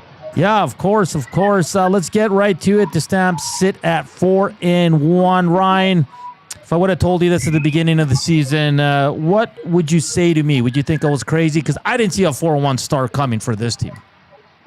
Well, I did think that they would be better than last year. If you look at the entire Jake Maier era through Calgary with his time as a starter, the Stamps lost more than half their games by less than one score. And did I think that Vernon Adams Jr. is a touchdown better quarterback a game than Jake Maier? I did. So at that point, if you cut out half the losses, that makes Calgary, not that struggling team, but it puts them firmly in the playoff mix. Yeah. So I wasn't really surprised. The only thing that surprised me is how effective they were able to replace 12 starters on defense and have the best team in the league. Ryan, what's been like, obviously myself and Hernan here didn't see the 4-1 start, and it's caught us off guard a little bit. But now you see the way that they play, the Calgary Stampeders have played. They get that, I thought was a great game for the Stampede Bowl. That was a lot of fun to watch. They knocked that out of the park. But here you got going up against the Winnipeg Blue Bombers. Would a win here really solidify the Calgary Stampeders as the best team in the West, and if not, the whole CFL? Yeah, I think if they can get out and beat Winnipeg in similar fashion to how they did it 2 weeks ago or 3 weeks ago, and then again against Saskatchewan, if they can come out and put together a performance like that, I think it very much solidifies them as the best team in the West. As far as the league goes, you haven't necessarily seen Montreal at full strength yet with Alexander missing a couple games. So I think they've got a case for being in that top echelon of CFL teams, and Hamilton's really put it together in the last couple weeks too. So I think it's easy to rank the Stamps number one, but I think a lot of that in CFL media is a good, healthy West Division bias. Vernon Adams Jr., of course, he's one of the biggest free agent signings in the winter here, Ryan, and he hasn't missed a beat. I know he started a little slow. Everybody was bringing up that he hadn't thrown a touchdown, but they were running it in with Mills there. But he's really come on, especially in that last game. He was just slicing and dicing the defense there. But what are you seeing from Vernon Adams Jr. here, and how much has his leadership and just that veteran presence helped this team? Well, I can tell you from experience, the room is completely different. After wins, I mean, there's been wins, there's been losses so far, but after wins, the team is up, they're dancing, they're having a good time, and you expect that after wins, but that's not what they were doing after wins the last couple seasons. Yeah. They were fewer and farther between, but there just wasn't that kind of enthusiasm in the locker room, and from everything I've heard, it is Vernon Adams Jr. bringing that attitude and that positivity into the room and really showing up as a leader for this team, and one that they desperately needed. Ryan, you talk about VA's presence. What about on the other side of the ball? Who has been kind of the defensive leader that's shown that this Calgary Stampeders team is one of the best defensively too in the league? Well, after the Winnipeg, the game against Winnipeg, the last one at home there, went into the locker room and all the boys just started chanting "Creef, Creef, Creef." Okay. So it certainly seems to be Moncrief that is leading the room and leading by experience down there. But I mean, you've also got guy Floro Ormalade seems to be taking a lot of the lead when addressing the defense before and after games, and he's a veteran presence that was here previously before going to Toronto, and he's got a bunch of Grey Cup rings to back up his assertions that he knows what he's doing. So I think when you look at the Stampeders defense, there's been a couple guys that have stood up, but again, when having to replace an entire defense, and I can't remember the last time a CFL team went into a season with 12 new starters on either side of the ball. It really shows the veterans that have come together, guys like Ormalade and Webb and Moncrief that have really led the way for this defense solidifying so quickly. It's truly impressive with 11 starters, new starters, the way they're rolling.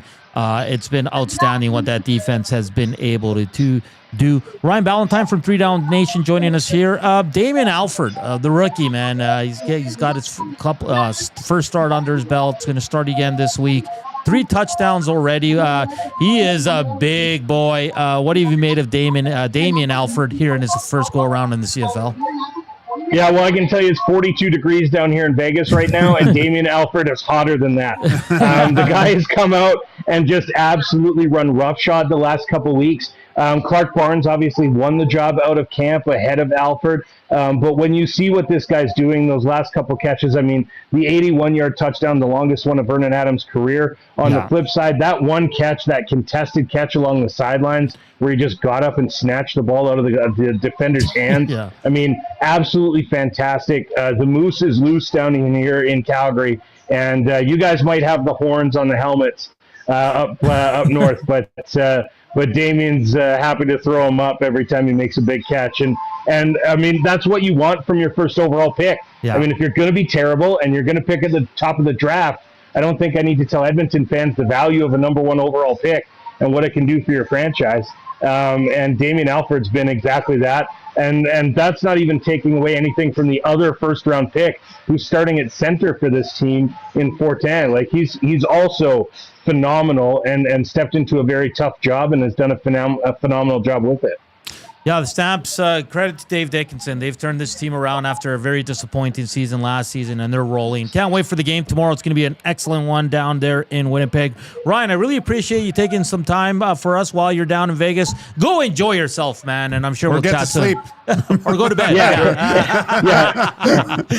Anytime, every time, gentlemen, just have to go find a sports book that carries the CFL action. All right, buddy. That's Ryan Ballantine from 3 Down Nation joining us. He covers the Stamps, does great work covering the league as well. But that Damien Alford, he's an interesting. I know the guys, there's 2 leagues, Dusty's in one, and Maddie and the boys have theirs. I wonder if Damien Alford's landed on any of their teams as a kind of a waiver pickup, because he's been excellent. He's 6'6". Oh, jeez. Yeah, just throw him the ball. Again, the Stampeders on the road tomorrow against Winnipeg. What did Dusty say? Winnipeg's 14 straight coming off a bye? Coming off a bye. It's crazy. That's amazing.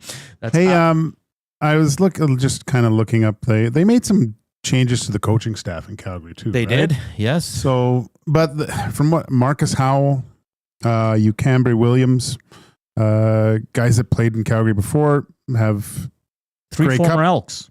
Grey Cup pedigree. Elks kind of did the same thing, but they did. It's a full new staff. Yeah. The only one that stayed was Steven Sorrells. Okay. Because Marcus Howell and Marcus Clown were with the Elks last year. Mm-hmm. Marcus Howell was there the whole time I was there. Great guy. Yeah.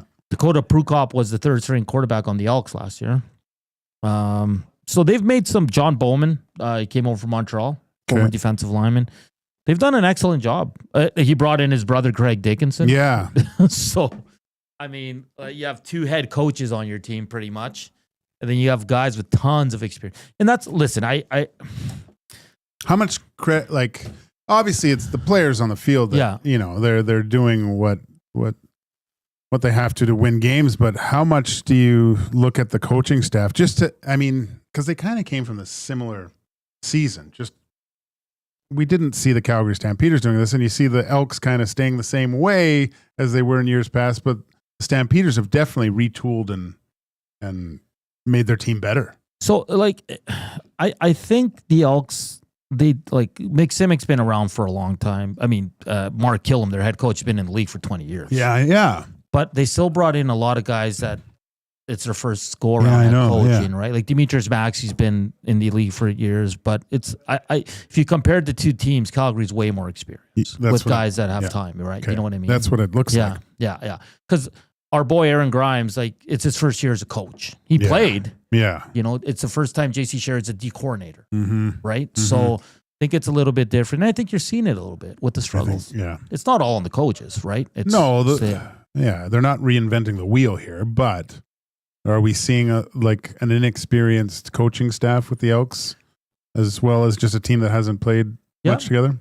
And I brought it up Monday when you weren't here. I asked Reed this. I go, like, when Killam, like, I think every coach kind of leans on someone on their staff. Who does Killam go to? Because he's more experienced than all of them. Yeah. Do you know what I mean? Yeah. Yeah. So it's interesting. You might not need to, but we do have a trade in the NHL. Do we have the breaking news? All right. I like the da-da-da-da. Let's keep that. The other one kind of sounds like a phone notification. But what's the trade? Sorry. The Toronto Maple Leafs have acquired Dakota Joshua from the Vancouver Canucks in exchange for a 4th-round selection in the 2028 NHL draft. Really? Yes, really. Wait, you're Wait shocked. a second. Gager does not like this. Are you serious? Yes. I like Dakota Joshua. Who does that? Apparently the Vancouver Canucks. Man. Let's see. Yeah, man. Yeah, you're right. I'm shocked. 2028. Yeah. I don't know why the Nucks are doing this. I'm sorry. I like Dakota Joshua. That playoff series, the first 2 games, was a glimpse of maybe what he could. That's ridiculous to me. The Vancouver, maybe it was to free up. Now they have $4 million in cap space, but that's a unique skill set to hopefully who takes his place. I mean, I guess if you're expecting Evander Kane to play that style, that heavy bruising style, but why not have 2 of those guys? Remember when Kane got traded? I said they have Kane, Dakota, and yes. for Sherwood. That's a menace. Yeah. Why would you? The perfect 3rd, 4th line guy. 2 years ago, he had 32 points. Joaquin 18. Last year, he had cancer. Yeah, he had 14 I think he had points. Testicular cancer, didn't he? Yeah. So I don't know, man. I like the move for Toronto. Toronto just got better, man. Yeah, man. Toronto, they're building a team. I mean, there's always the blueprint, right? Yeah. So you want guys that can play a heavy style, that are fast. Like you look at the Florida Panthers, they're a big, strong, fast team. And they know that they're going to have to go up against something like that. Dakota Joshua, in my opinion, after watching him, I think he is a perfect player to get into a 7-game series against someone. From what I saw, and I think his play tailed off in that series. It did. Yeah. But at the start, I was like, because he was up for he was a free agent the next year, and I was like, wow, he would have looked really good in the Oilers uniform. That was my initial impression of him. And I don't think Kane. People are like, well, Kane will take over him because I think Kane's more skilled. They need Kane to score goals there. Yeah. But part of his game scoring goals is physicality. Yeah. I don't think to the extent of Dakota Joshua. No. Now, on the flip side, Vancouver might have something coming, right? Because they cleared up some cap space. No, they have $4 million. But maybe they want to go into the season with $4 million and see what they need, right? That's an interesting trade for sure. Point. But let's see. So Joshua, 57 games last year, coming off the late start, 7 goals, 14 points, 38 PIMs. But the seasons prior, he was originally with St. Louis, but I'll just go to 22-23 with the Canucks. 79 games, 11 goals, 12 assists, 23 points, 60 PIMs. The next year, 63 games, 18 goals, 14 assists for 32 points. It looked like he was progressing. Yeah. And obviously he got set back by not playing from the start of the year. But to see a full season of Joshua, that makes Toronto harder to play against, right? It does. Brings a little bit of offense. Brings some grit. Yeah. And I think his cap hits 3.25. Something like that. Yeah, it is. And he's his second year of a 4-year deal. I think excellent value for a guy like Dakota Joshua. 29 years old. You're going to get 2-3 years really good out of him. So, wow, interesting trade on this Thursday, Joaquin. I can't believe how shocked you were. Sucked up 5 minutes. In these slow times. Yeah, I got more news. NFL. What? Adam Schefter says sources tell ESPN Pittsburgh Steelers star TJ Watt has become the highest paid non-QB in NFL history for the second time in his career, reaching an agreement today on a 3-year, $123 million extension that includes a $108 million fully guaranteed at signing. That's insane. TJ Watt. Wasn't he injured a lot? He does get injured. So it says the $41 million per year average is the highest of any non-quarterback in NFL history. No player has recorded more sacks over the last 5 seasons than TJ Watt, who has 73.5 during that span. Wow. Oh, that's money. That's impressive. I'm just seeing all the Vancouver media now posting about this trade. I'm intrigued if they got something else cooking here, something else on the stove, something else in the oven. I think you're more along the lines of they're just going into the season with money. With money. Yeah. That's what I would think. Interesting.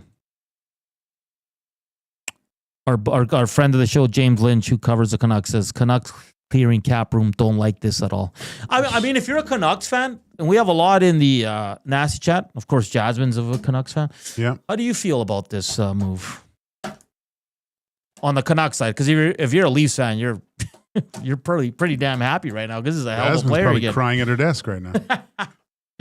All right, coming up next, we'll continue to break down this trade. We'll also talk about Dostal and Skinner. I mean, I big you because he doesn't like to compare. I get it. I get it's hard to compare, especially with the cap and where teams are and all that. I do understand that.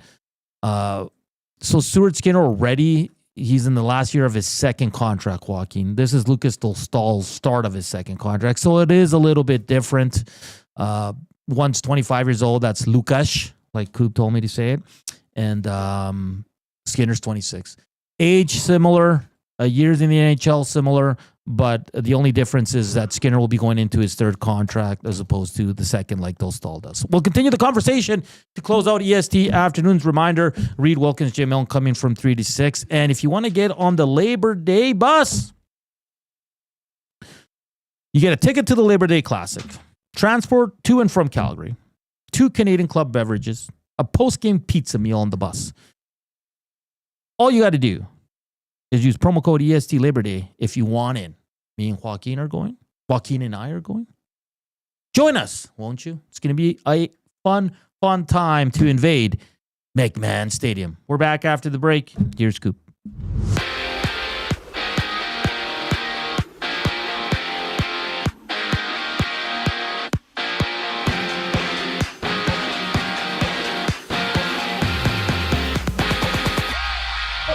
It's a busy summer day with the Leafs making a trade with the Canucks. Dakota Joshua off to Toronto in exchange for a 4th-round pick in 2028. Joshua had 14 points, 7 goals in 57 games last season. And out west, the Ducks have signed 25-year-old Lukas Dostal to a 5-year, $32.5 million extension. And according to NFL Network's Ian Rappaport, TJ Watt has agreed to a 3-year extension worth $123 million with the Steelers, making him the highest paid defender in the league. From Montreal, the Argos and Alouettes go toe-to-toe. Davis Alexander making his return from a hamstring injury for the Alouettes, to play his first game since Week 3. Kickoff is at 5:30.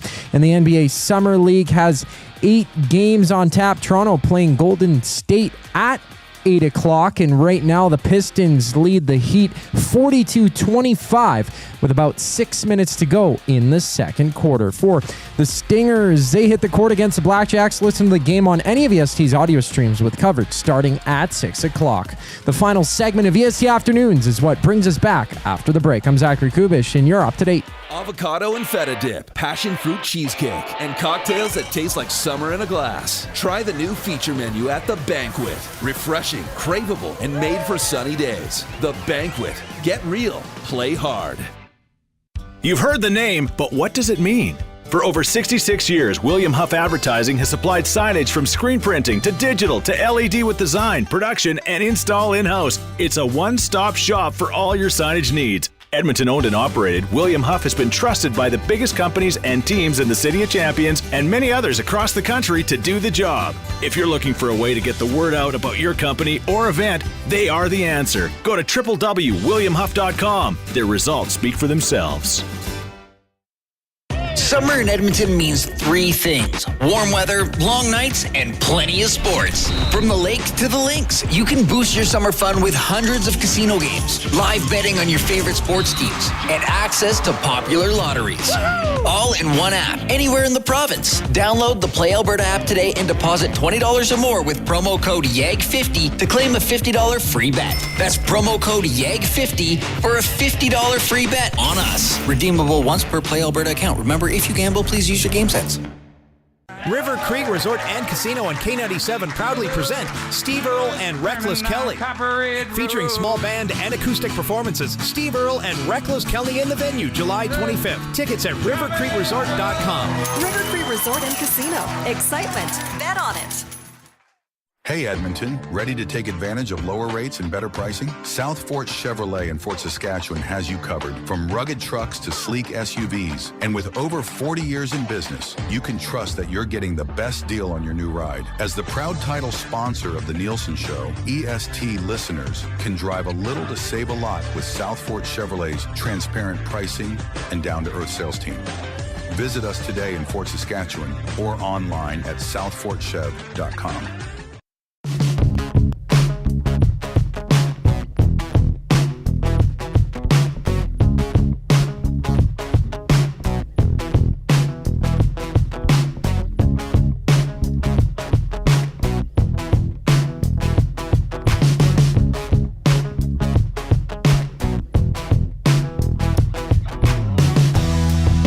.42. Welcome back to EST Afternoons. Hit us up. Nasty Chat thumbs up in the afternoon inbox, which is presented by the River Creek Resort and Casino. Check out their Tap 25 restaurant, where their entire menu is 50% off 7 days a week from 2 to 5 p.m. You're still rattled about this trade. Dude, this trade is so bizarre to me. Either someone's been, had too good of a weekend and it's gone into this week with the Canucks organization, or the Canucks scouting staff is so good that they have figured out that there's a player that they want, 8 years from now? 3 years from now? In the 4th round, that's going to make a difference on their team. This is bizarre to me. Krager on the inbox says, the Canucks make 0 sense. Sign Demko, injured. Let Sheloff go. Hughes isn't going to resign. Lost Miller, fire Tocchet, took Evander Kane, who's near the end of his being effective window of his career. This is fantastic. They might riot now. Holy smokes, man. We got to get someone from Vancouver on here. Well, Saravalli was hinting at that Mason McTavish could be looking to move out of Anaheim. That's a player you'd want. Young, effective. Yeah, but why wouldn't he want to stay in Anaheim? That's true. I don't get it. They look like they're. Hold on a sec. Let me just kind of. Can I do something here? I just got to look at this. Sure, buddy. You do what you have to do, man. Smitty the Welder says Dostal is a better goalie than Skinner. Oh, everybody's better than Skinner. People think I'm better than Skinner. Everybody's better than Skinner. Okay, so Granlund, Terry, Kreider, Killorn, Strome, Trano, Cutter, Carlson, Harkins, Mason. Oh, he's an RFA right now. He hasn't signed yet. Yeah. Ducks look. And then if I look at the Vancouver Canucks, Pettersson, they're going to be fighting. If you were to tell me now, I would think that the Anaheim Ducks will finish ahead of the Vancouver Canucks next year. Looking at these rosters. I like that take. And I just want to tell Smitty the Welder quickly. 903 last year save percentage, 902 save percentage the year before for Dostal, and both years goals against over 3. Stats wise, he's not better than Skinner. Now, in fairness, he's on a way worse. But they were good at the end. They beat the Oilers, didn't they? I think they beat him early in the season. Remember when they rolled him here in Edmonton? Dostal's a good goalie. But like Gager said, everybody's better than Skinner these days. Look, and you know what? Sometimes if you're a pretty good goalie on a bad team, it makes you look better, right? Yeah. Just because you lose all the time, but you're making saves and stuff, you're just getting peppered. Yeah. And I think that's one of the Gibson things. Like he looked great because he faced 40 to 50 shots a game. That's a good point, actually. And again, I think both goalies are really good. I do. I think I'd like to see Dostal on a good team. Right? See what he can do. He's on a better team than Vancouver. Yeah. But so the argument, and I just said it, he played on a bad team. But if you're that great, your numbers would be better because you're great. So I think if you're that great, you flirt with the playoffs a little bit more. Just on the play. They're not even close. No. They might be. This year they will be. Yeah. No, Smitty didn't say they were great. He just said he's better than Skinner. Well, I don't know why you say this is better than Skinner. It's just the way of the world, Joaquin. There's nothing we can do about it these days. I didn't know our nasties watch so many Anaheim Duck games. Hey, did you know that in 1994 on this day, Joaquin, Brazil won their record 4th World Cup in soccer, defeating Italy 3-2 on penalty kicks? Was that with Ronaldo?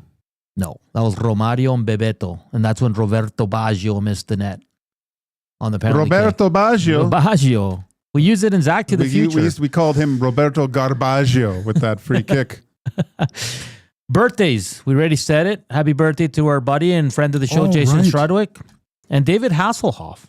Whoa, look at that. Michael Knight. What was his name in Baywatch? Mitch Buchanan. Yeah, Mitch Buchanan. I have a pair of Mitch Buchanans. I run on the beach in slow motion. Yeah. It's not. It's not good. Today's National Lottery Day. Have you ever won anything in the lottery, Joaquin? Even a small amount? Let's see. Have I won? You mean aside from a free play once in a while on a 649? Yeah. No. Have you ever won money? Well, like $20. Yeah. Okay, so you won. Okay. I have never won, but I don't play a lot. Yeah. Oh, I don't. I'll when I see it when it's up like whatever 80 million or whatever, I'll throw a few dollars in. Yeah. It's more so to think what I'd spend it on. Yeah. It's also National Emoji Day. What's your favorite emoji to text your crew? I like inappropriate ones to my wife. and then I do like the symbol for being okay underwater. Like that. Yeah. Because you can't do this when you scuba. Have you ever scuba dived? No. You breathe underwater. And so you would think when they ask, because you can't like there's all these hand gestures. You can't go like this, like you're good, because that means you got to go back up. Go back. Okay. Yeah. Just so you know. I probably use the thumbs up more than anything for emojis, but I like the upside down smiling face because it's just kind of silly and like. Oh, really? Or the face when you're like grimacing like this, like when there's like something. Or the oops, like when I broke the TV yesterday, I sent that to everybody. Yeah. So, and it's also National Tattoo Day. Were you ever close to getting a tattoo? You don't spray paint the Louvre, baby. I've never been a tattoo guy either. My neighbor who did Corey's tattoo, she always bugs me. Come on, get a tattoo. Because my son has one on his arm that she did. It's pretty cool. Oh, your son has one? He has 3. Really? Yeah. Oh, I did not know that. Yeah, he's got a few. Like, I know a lot of people that have tatties, and I have nothing against it. I've seen some really cool art and some, like, just the way it looks, but it was never for me. I don't know. I'm delicate, man. I think I'd hate it.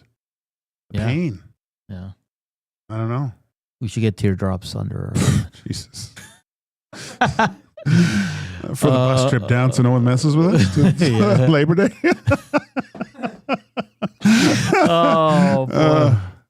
Tattoos are great from Big. Hey, listen, like I said, I have nothing against them. They just were never for me. And like, I know like a lot of people in my life have them. So nothing, I was just saying, Coop, would you get a tattoo?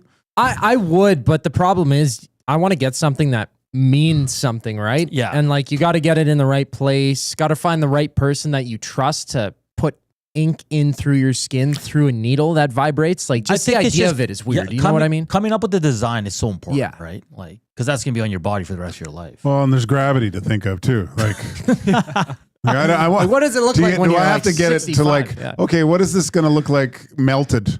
Right. So like I want it to look good later. So maybe it doesn't look good all right. Then gravity takes hold of it. And then it's like those old Mad magazines when you put the two pictures together and form something. Yeah. Like maybe when the folds get to a certain place and then they finally come together, then you can see, oh. If the Oilers win the cup, you guys want to get matching Stanley Cup tattoos? Not even a chance. No. If you had to get a tattoo, though, like somebody was like, nope, you're not leaving until you get a tattoo, what would you get? I don't even know, man. Like, I know that's the toughest part, right? Like I'd get a butterfly on my ankle. I did. Sean Brown, former Edmonton Oilers, he has a few, I think. I think he got this because he saw a guy in, I think it was Kelowna. He was tatted up everywhere, but he had handprints on his neck. Oh. But they were small, but they were quite intricate and detailed. He had he had two kids, and he had their hand look like they were choking him. Really? And I thought, like, my kids are sucking the life out of me. Why don't I get that? A lot of soccer players, like pro, and a lot of guys I played with, they get their number on their calf. Yeah. It's like a soccer thing. Trev, if you're listening, what did Sacha Baron Cohen have tattooed on his chest in the Brothers Grimsby? Like he's a footballer fan. He has England champions 2014, but it was like 2000. Like, no, I don't know. It would have to be something meaningful, like you said. If I were to get one, I don't think I'd get one with color. I like those black and white looking ones, right? Yeah. And there's a few on social media I follow that are just ridiculous. Like some look like they're stitched. It looks like it's like crocheted almost. And another one, it was so much color, and it actually, when you turned on special lights, it brightened up or something. I don't know how long that lasts, but it looked like he had mechanical like legs or limbs on it. But does anyone at EST have a tatty? Eric does. Eric, Eric's got a few. He has the Riders on his Liverpool. Yeah, Liverpool as well. Yeah. You ever hear the story that he got calf? that? He got that like from some guy in the back alley somewhere. Yeah, he like went down in his dungeon or something like that. Is he the only? I think Benny has a tatty. Yeah, Benny has number 17.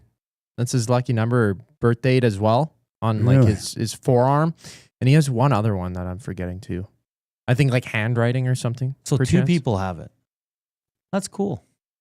Good stuff. Also, Joaquin, on this day, in 1987, the film RoboCop was released. Great show. Have you seen it? Yeah. Okay. The commercials in it were hilarious. Like that was a good one. The toys were awesome. And on this day in 1983, the series finale of Chips aired. Oh, Chips. I remember when, what was the guy's name? Eric Estrada. Yeah, when he went and fought in the underground kung fu ring with nunchucks. I remember that one. And his partner was Chris Pine's dad, Captain Kirk. Is that right? Of the Millennium Falcon. I never saw Chips because I was too young, but yeah, lots going on today in terms of national days, tattoos. What else did I say? Tattoos, emoji, and lottery day. Be nice to win the lottery, Joaquin. Would you still work here? Would you still work with me? I think. Or would you return to the jungles of Chile? I think I'd still want to work. And use your funds to free your people? Nope. I'd probably still work. Oh, yeah. I'd work. Extremely part-time. What? Yeah, like just to get out of the house. And, I'd travel the world. EST Afternoons, Hernan's live from Bali. I've been to Bali. Have you? Yeah. Great. I was there when I was 3. My mom took me. Oh. And lived for a month on the beach. Yeah. Little grass hut. Shaped me to the man I am today. Nice. It's funny when there was little massage ladies. Okay. Like they'd come in and they'd give you a massage. I didn't know. You had to pay for it, right? But my mom says it's like $1 or something like that. But as soon as I'd see these girls coming down like the little dirt path, I would run into the house and take off all my clothes and jump on the bed. He was 3. Okay? I was 3 at the time. Yeah, let's call that down. doesn't happen now. Well, no, it doesn't happen now. Rip City Steph says you take more holidays than a sick Dustin Nielson. All right, we got to get out here. Big shout out to our boss, Dustin Nielson, for joining us, and Ryan Ballantine from 3 Down Nation. We also had the Red Light District. A lot of fun on the show. We'll close it out tomorrow with the final show of the week as we head into the good old weekend. Coming up, Reed Wilkins, J Milne, Loaded Show. Just waiting for the tunes. There we go. For my guy, Coop. And Walk. And remember, there's nothing more punk rock than being kind. Enjoy the day. We love you. Chowders.